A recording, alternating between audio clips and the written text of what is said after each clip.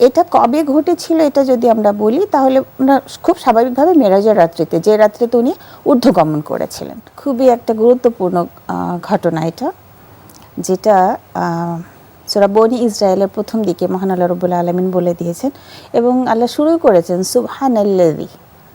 যে কোনো জায়গায় খুব বড় ধরনের মানে আশ্চর্যজনক কিছু হয়েছে যেটা মানুষের চিন্তার বাইরে, এরকমের কোনো কিছু আল্লাহ রাব্বুল আলামিন বর্ণনা করতে গেলে সেখানে আল্লাহ নিজেই সুবহানাল্লাহ কথাটা দিয়ে শুরু করেছেন।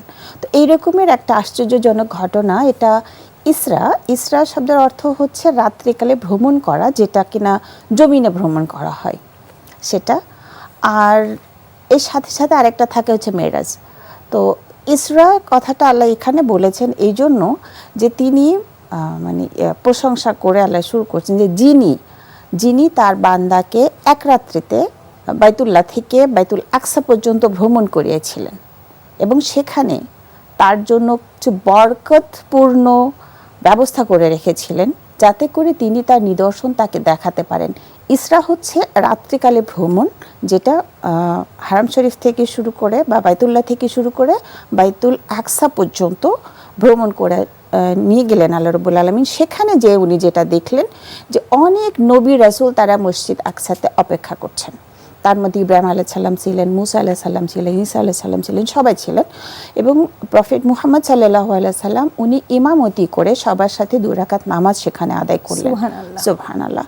তো এই যে ঘটনাটা ঘটলো রাত্রের মধ্যে, এই জার্নিটাকে বলা হয় ইসরা। ঠিক আছে?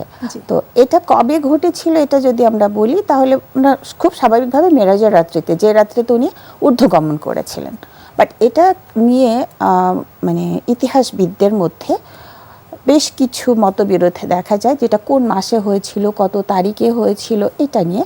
তো বেশিরভাগ ফকি যারা আছেন, বেশিরভাগ ইতিহাসবিদ যারা আছেন, ওনারা বলেছেন যে এটা রজব মাসে হয়েছিল এবং সেটা 27 তারিখে। কিছুটা মত পার্থক্য রয়েছে, কিন্তু আসলে যে ঘটনা ঘটেছে ঘটনা তো ঠিক, তারিখটা নিয়ে মানে ঘটনার মধ্যে আমাদের মতবিরোধ থাকতে পারে, কিন্তু ঘটনা যে ঘটেছিল এখানে কোনো মতবিরোধ এবং ইটস অ্যান ওয়ান্ডার